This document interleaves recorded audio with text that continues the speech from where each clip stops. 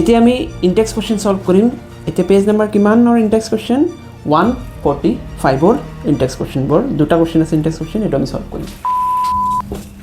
question number 1 আমি চাও কি আছে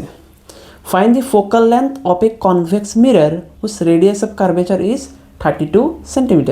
radius of curvature দিয়া আছে focal length ওলাব লাগে এতিয়া এনেকুৱা কোশ্চেন আমাৰ কি হয় ডাইৰেক্ট MCQ দিয়ে ঠিক আছে radius of curvature দিয়া থাকিব এতিয়া কনভেক্সৰ কাৰণে দিয়া আছে তোমাৰ হয়তো এক্সামত কি দিব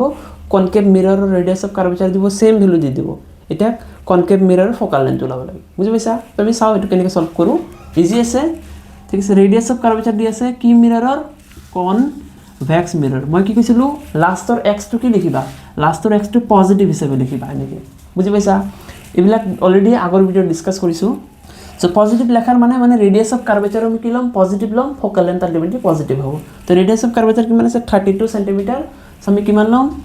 এটো 32 সেন্টিমিটাৰ লম মানে পজিটিভ ভ্যালুটো লম যেহেতু আমাৰ কি মিৰৰ কনভেক্স মিৰৰ এতিয়া আমি এটা ৰিলেশন জানো কি ৰিলেশন যে দুবাৰ ফোকাল লেন্থ কাৰ সমান হয় ৰেডিয়াস অফ কাৰ্ভেচাৰৰ সমান হয় এইবিলাক বস্তু আমি ডিসকাস কৰিছো already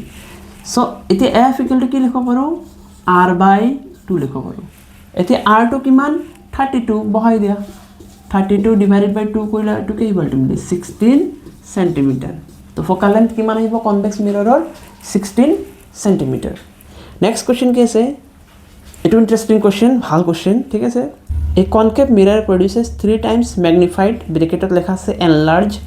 real image of an object at 10 cm in front of it where is the image located image code ase mane image distance ulabo dise v ulabo dise bujhi paisa so 3 times magnified mane magnification or value dia ase kiman 3 times magnified mane magnification kiman hobo 3 hobo etia image to kene ba image real image এতিয়া হেতু বস্তু discuss কৰিছো যে real image যেতিয়াই হ'ব এটো মিৰৰ হোক বা লেন্স হোক তাৰ কাৰণে ম্যাগনিফিকেশনৰ ভ্যালু অলৱেজ কি হ'ব নেগেটিভ হ'ব তো ৰিয়েল ইমেজ কৈছে 3 টাইমস সো -3 আহি গ'ল এতিয়া অবজেক্টটো ক'ত ৰাখিছে 10 centimetre in front of the মিৰৰ তাৰ মানে অবজেক্ট ডিসটেন্স কিমান হ'ব অলৱেজ নেগেটিভ 10 সেন্টিমিটার এতিয়া ইমেজ ক'ত লোকেট হ'ব মানে ইমেজ ডিসটেন্স ওলাব দিছে ইজি কোশ্চেন মার্ক ঠিক আছে ইয়াত কিবা আছে নেকি magnification formula lagay dia you will get the answer so we know that magnification formula ki sil m = -v/u ete value put kori dia m er value kiman yat -3 yat ahi jabo v er value ami na janu v er ulabo lage u er value put kori dia ultimately v er value pai jaba mohai dia so magnification kiman -3 ese dia ase -3 -v u kiman